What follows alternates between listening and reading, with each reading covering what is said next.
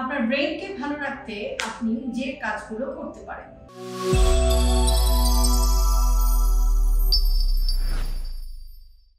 প্রথমে যার কথা বলবো সেটা হচ্ছে যে কোল্ড শাওয়ার, অর্থাৎ ঠান্ডা পানি দিয়ে গোসল করা। আপনি যদি ঠান্ডা পানি দিয়ে গোসল করেন তাহলে আপনার সিম্প্যাথেটিক নার্ভাস সিস্টেম অ্যাক্টিভেটেড হবে এবং নরএপিনেফ্রিন নামের একটি হরমোনের লেভেলটা বেড়ে যাবে, যেটা আপনার ফোকাস বাড়াবে, কাজে এনার্জি দেবে এবং আপনার মুডকে ভালো রাখবে। তবে কোল্ড শাওয়ার মানে যে অনেক বেশি হিমশীতল ঠান্ডা পানি দিয়ে গোসল করা তা নয়। এর মানে হচ্ছে যে মোটামুটিভাবে একটু ঠান্ডা পানিতে গোসল করা, অর্থাৎ যে পানি দিয়ে আপনি গোসল করবেন সেই পানির টেম্পারেচার বা তাপমাত্রাটা যেন 20 ডিগ্রি সেলসিয়াস বা তার নিচে হয়। এভাবে যদি আপনি রেগুলার প্র্যাকটিস করেন সেটা কিন্তু আপনার ব্রেন হেলথের জন্য ভালো হবে।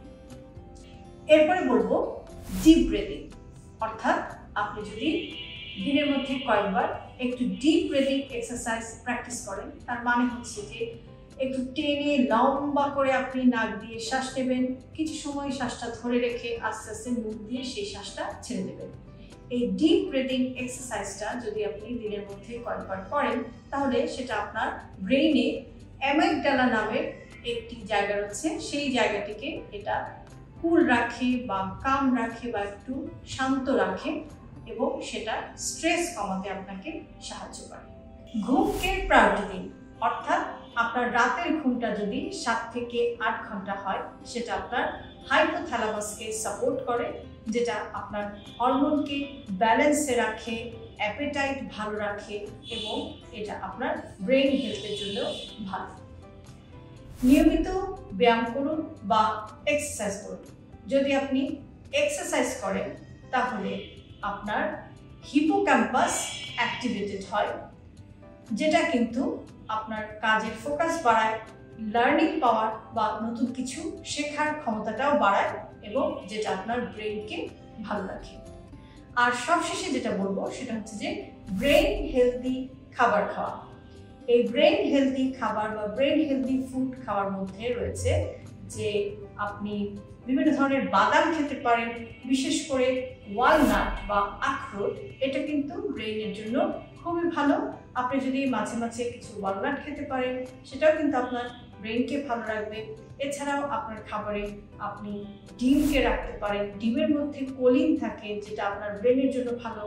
আপনি মাঝে মাঝে একটু ডার্ক চকলেট খেতে পারেন, এই ডার্ক চকলেটের মধ্যেও থাকে অ্যান্টিঅক্সিডেন্ট ইপিক্যাটেকিন, যেটাও কিন্তু ব্রেন হেলথের জন্য ভালো।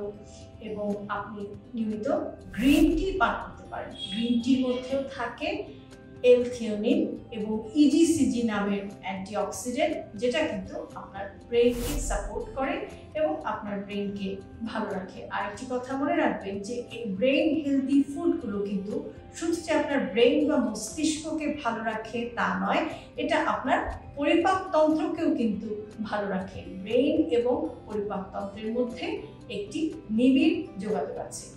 তো যে কয়েকটি কাজের কথা বললাম, এগুলো যদি আপনি আপনার লাইফস্টাইলে বা আপনি আপনার ডেইলি রুটিনে, দৈনন্দিন জীবনে এগুলো যদি আপনি প্র্যাকটিস করতে পারেন তাহলে কিন্তু আপনি আপনার ব্রেন এবং মস্তিষ্ককে ভালো রাখতে পারবেন। ব্রেন বা মস্তিষ্ক যদি ভালো থাকে তাহলে আপনি অনেক বেশি প্রোডাক্টিভ একটা লাইফ লিড করতে পারবেন, আপনার কাজে এনার্জি বাড়বে, আপনার কাজের ফোকাস বাড়বে এবং আপনি একজন স্মার্ট ব্যক্তি হিসেবে, একজন সফল ব্যক্তি হিসেবে নিজেকে প্রতিষ্ঠিত করতে পারবেন। ভালো থাকবেন সবাই।